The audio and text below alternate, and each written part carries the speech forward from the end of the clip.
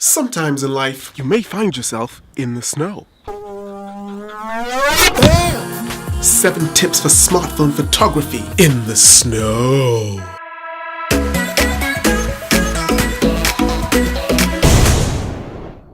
What on earth do I do, you might be thinking to yourself?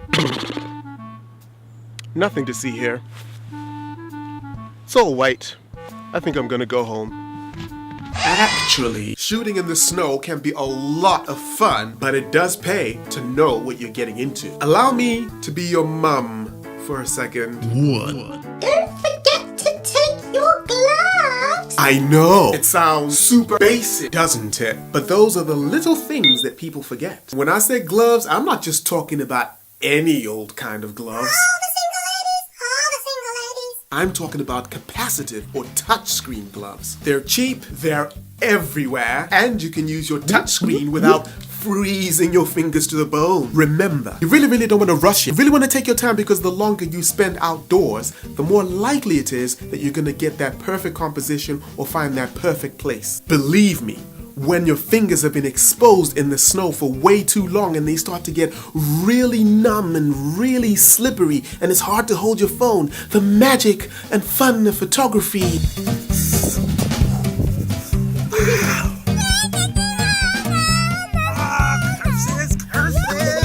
is just not as magical anymore.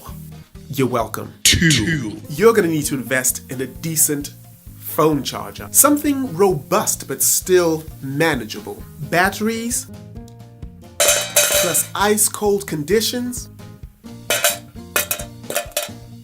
just doesn't mix. Your battery is gonna go flat so quickly you won't know what hit you.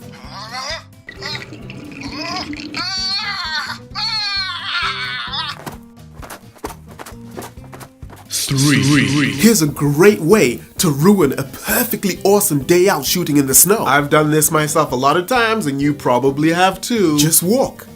Walk everywhere. Walk here, walk there, walk to, walk fro, walk up, walk down. Just walk. Figure it out. And before you know it, your footprints will be everywhere, ruining what might have been an unspoiled, untouched, lovely, pure, wintry scene. Okay, so I'm gonna take a beautiful photo of my lovely girl. Oh no, the footsteps. Ruined shot, ruined shot. Yeah, mic drop. When you shoot in the snow, it's possible for everything to just become a complete whitewash. So if you want to make sure that you have the best possible chance of capturing those subtle hues and those nuanced flavors, if you really want to bring out the powdery texture, if you want to make sure that your camera doesn't get confused by the massively bright reflective power of snow. 4. Capture your photos in the RAW format. There's a plethora of apps like Visco and Manual and Camera Plus that will enable you to capture a level of detail far superior to your native smartphone camera app. 5. Find areas of high contrast. Every so often you want to tell a different story. So find other things that stand out against the white, because that will draw the eye. People will be able to see exactly what you want them to see. 6. One of the cooler things to do in the snow, if you've got a bland, snowy background and it needs something to lift it, is add human interest. It's always uplifting to see someone walking through the tundra. We're drawn to human forms because we ourselves are human. Where can I find a human?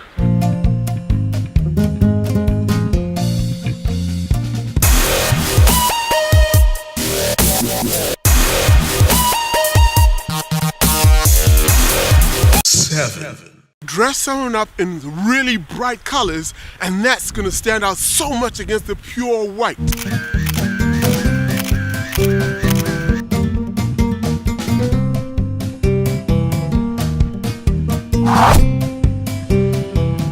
1,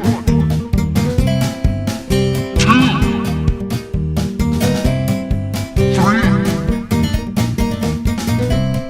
3,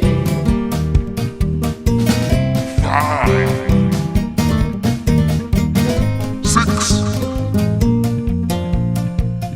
7. Thanks for watching. I hope you enjoyed that. If you found any of that useful, please let me know in the comments down below. Subscribe, and I am Visual Magpie across all social media. If you want to be featured on my Instagram, hashtag Visual Magpie for a chance to get featured. And until next time, remember that it's not how good you are, it's how great you're becoming. Until next time, salute!